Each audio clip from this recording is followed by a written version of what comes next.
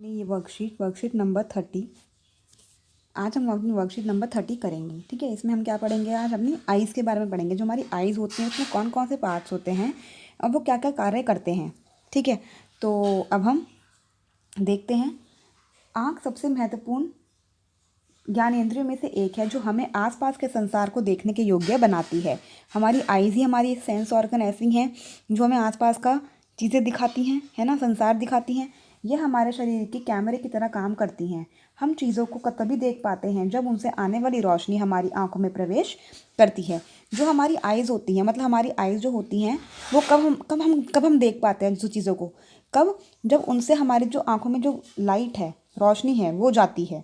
ठीक है, क्योंकि हमने पढ़ा था कि हमारे हर सरफेस, मतलब हर जो हमारा सरफेस होता है, हर हमारा जो पृष्ठ होता है, उस पर क्या होता है, उससे हमारी जो लाइट होती है परावर्तित होकर हमारी आंखों तक पहुंचती है और हम उस चीज़ को देख पाते हैं। ठीक है, तो आज नेत्र के बारे में जानते हैं। ये लगभग गोलाकार आकृति में हो, जैसे आप देख सकते हैं कैसे होता है, गोलाकार आकृति में होता है।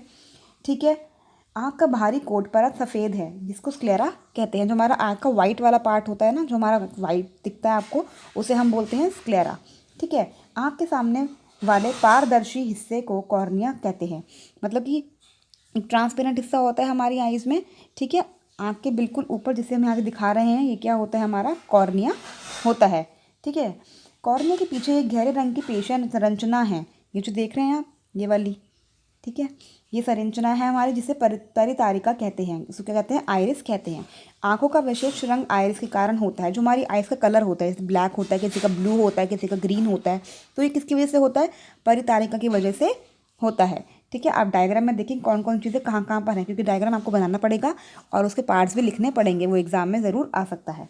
ठीक है, यह काला, भूरा, नीला या हरा रंग का हो सकता है।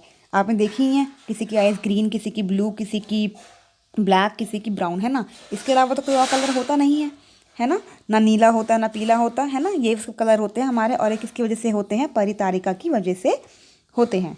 ठीक है,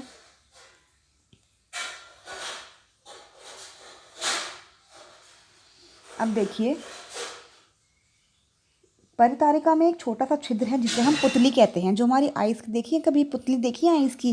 जब आप बहुत आँख ध्यान से देखते हो तो हमारा जो ब्राउन कलर का पार्ट है हमारा जो आइस का, उसके अंदर एक पुतली सी होती है, छोटी सी। ठीक है, उसे क्या कहते हैं? पुतली कहा जाता है। पुतली का आकार तेज प्रकाश में घट जाता है तथा कम प्रकाश में बढ़ जाता है। कभी आप देखते हो, जैसे कि आप, हाँ, बहुत रोशनी में जाते हो तो क्या होता है? आपका एकदम आंखें बंद हो जाती है ना। ठीक है, तो हमारा पतली का आकार कैसा हो जाता है? थोड़ा घट जाता है उस वक्त, थोड़ा क्या होता है? घट जाता है। तो तेज़ प्रकाश में वो घट जाता है। और जब नॉर्मल और लाइट में आ जाते हो, अपने कमरे में आ जाते हो, तो आपकी आइज़ नॉर्मली देख पाती हैं, है ना, हर चीज़। तो तब क्या होता है? हमारे जो प्रकाश होता है, ठीक है, तो फिर हमारा जो ये पुतली होती है ये तब बढ़ जाती है। समझ में आ रहा है? जब तेज़ प्रकाश होता है तो वो घट जाती है पुतली का साइज़, और पुतली का साइज़ जब हम नॉर्मल कमरे में आते हैं, हम कम प्रकाश में आते हैं, तो उसका साइज़ बढ़ जाता है। ठीक है, पुतली के साइज़ को परितारिका नियंत्रित करती है। पुतली का जो हमारा ये साइज़ है, ठीक है, इसे कौन उसको नियंत्रित करती है? परितारिका। परितारिका क्या नियंत्रित करती है? हमारा पुतली का साइज़। और इस प्रकार हमारी आंखों में प्रवेश करने वाला प्रकाश मात्रा को नियंत्रित करता है।